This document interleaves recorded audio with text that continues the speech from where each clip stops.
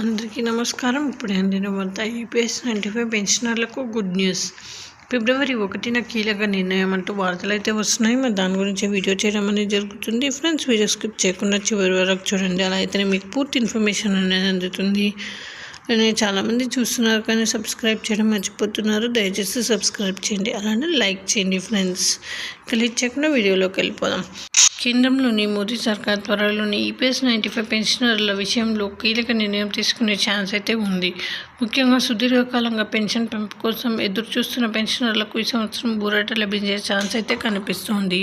కేంద్రంలోని మోదీ ప్రభుత్వం సుదీర్ఘకాలంగా పెండింగ్లో ఉన్న ఈపీఎస్ 95 పెన్షనర్ల డిమాండ్ హయ్యర్ పెన్షన్ డిమాండ్ విషయంలో సానుకూలంగా స్పందించే ఛాన్స్ అయితే కనిపిస్తోంది. ఈ మేరకు ఫిబ్రవరి 1న తేదీన బడ్జెట్లో కీలకమైన నిర్ణయం తీసుకునే అవకాశం ఉన్నట్లు తెలుస్తోంది. అయితే ఇప్పటికే సుప్రీంకోర్టు ఈపీఎస్ 95 పెన్షనర్ల విషయంలో హయ్యర్ పెన్షన్ అమలు చేయాలంటూ ఆదేశాలు జారీ చేసింది.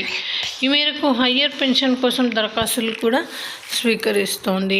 ఈపీఎస్ 95 పెన్షనర్ల విషయంలో సుదీర్ఘకాలంగా పెండింగ్లో ఉన్న డిమాండ్ను తాజాగా ఫిబ్రవరి 1న తేదీన ప్రవేశపెట్టిన కేంద్ర ప్రభుత్వ బడ్జెట్లో కీలక నిర్ణయం పెన్షన్ పెంపు ప్రకటించే అవకాశం ఉందని ఉద్యోగ సంఘాలు ఆశాభావం వ్యక్తం చేస్తున్నాయి.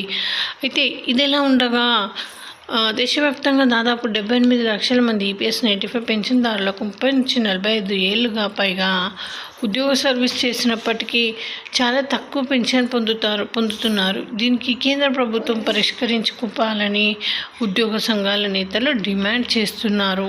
కనీస పెన్షన్ 7,500తో పాటు డిఏ పెన్షన్దారులకు ఆరోగ్య ప్రయోజనాల కోసం డిమాండ్ చేస్తున్నామని ఈపీఎస్ 95 పెన్షన్ హయ్యర్ పెన్షన్ సాధన సమితి నేతలు పేర్కొంటున్నారు.